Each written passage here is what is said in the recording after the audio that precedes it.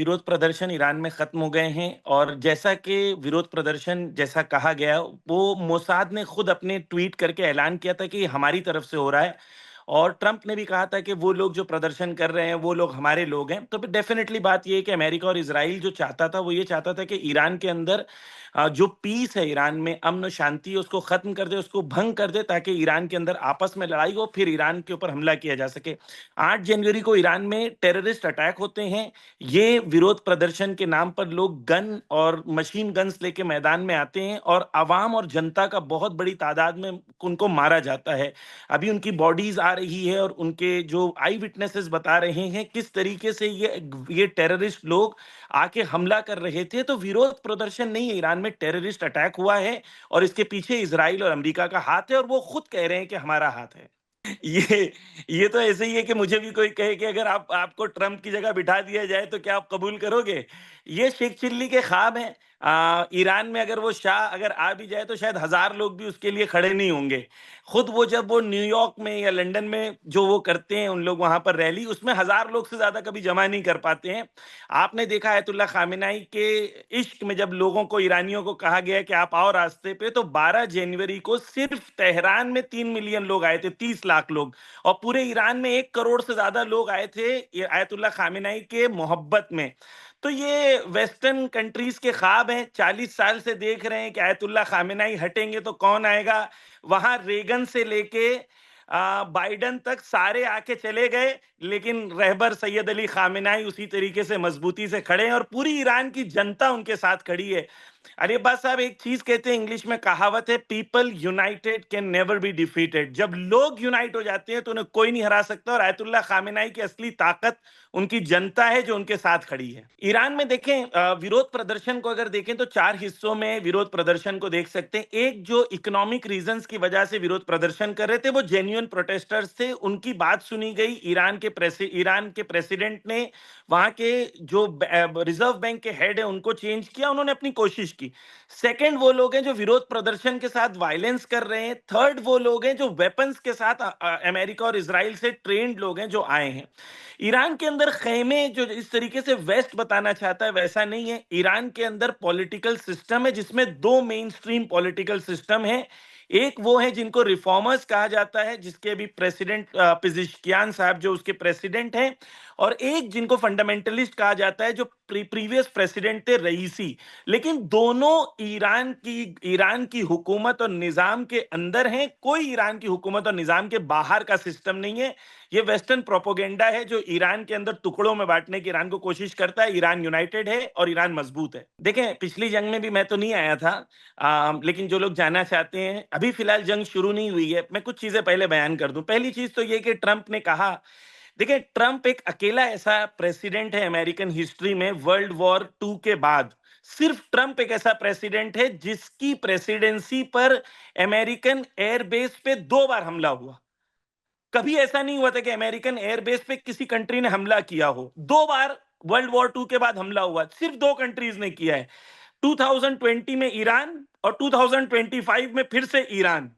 यानी ईरान ने दोनों बार ट्रंप की प्रेसिडेंसी में उनके एयर बेस पे हमला किया। It is a signal of war.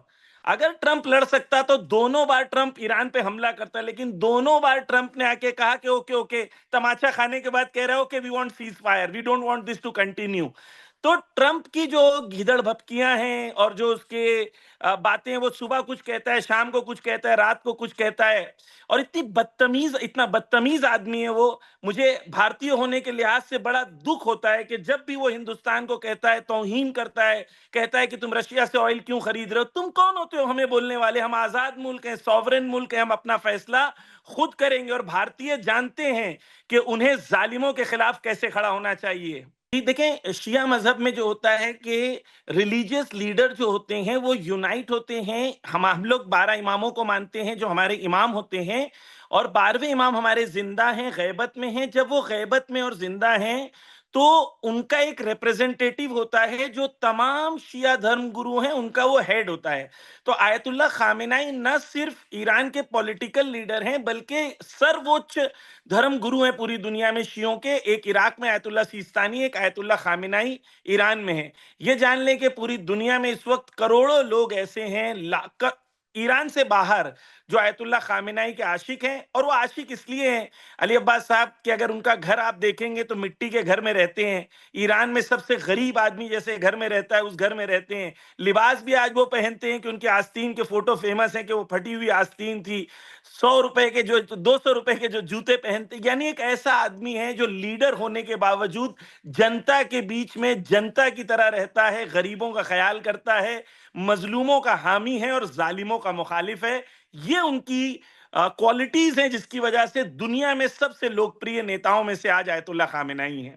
دیکھیں، آیت اللہ جو ہیں وہ فتوے جو دیتے ہیں وہ تمام شیعہ قوم جو پوری دنیا میں رہنے والی ہیں ان کے لیے وہ بائنڈنگ ہوتے ہیں کہ وہ فالو کریں.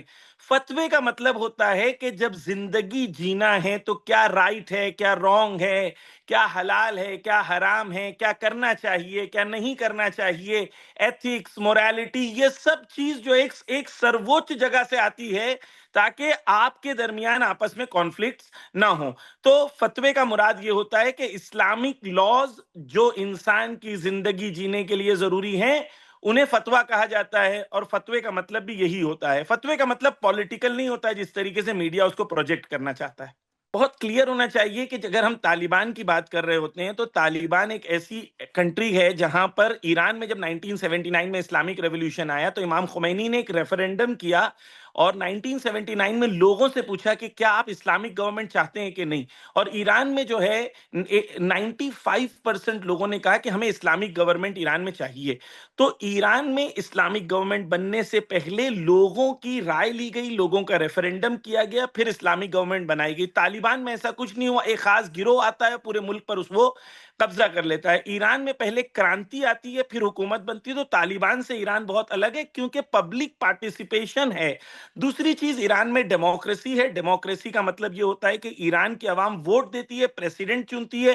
ایک ان کی ریلیجیس گورنمنٹ ہے اور اس کے نیچے ایک ایڈمنسٹریٹو گورنمنٹ ہے. ایڈمنسٹریٹو گورنمنٹ کمپلیٹلی پریسیڈنٹ کے ہاتھ میں ہوتی ہے. تو ایران میں اسلامک گورنمنٹ اور ڈیموکریسی کا ایک کمبینیشن ہے جو ایران میں. طالبان میں ایسی کوئی چیز نہیں ہے. اچھا، جہاں تک حکم اور فتوے کی بات ہوتی ہے کہ ایران کے جو آیت اللہ ہیں یا آیت اللہ سیستانی ہیں، خود پوری دنیا کے شیعہ ان کو اپنا لیڈر مانتے ہیں، اس لیے ان کا حکم ان پر لاگو ہوتا ہے اور ان کو فالو کرنا ہوتا ہے. طالبان کو شاید پورے افغانستان کے لوگ بھی اس طریقے سے نہ مانتے ہوں. تو یہ ویسٹرن کنٹریز کے خواب ہیں. 40 سال سے دیکھ رہے ہیں کہ آیت اللہ خامنہئی ہٹیں گے تو کون آئے گا. وہاں ریگن سے لے کے بائیڈن تک سارے آ کے چلے گئے، لیکن رہبر سید علی خامنہئی اسی طریقے سے مضبوطی سے کھڑے ہیں اور پوری ایران کی جنتا ان کے ساتھ کھڑی ہے. علی عباس صاحب ایک چیز کہتے ہیں، انگلش میں کہاوت ہے، people united can never be defeated. جب لوگ یونائٹ ہو جاتے ہیں تو انہیں کوئی نہیں ہرا سکتا. اور آیت اللہ خامنہئی کی اصلی طاقت ان کی جنتا ہے جو ان کے ساتھ کھڑی ہے.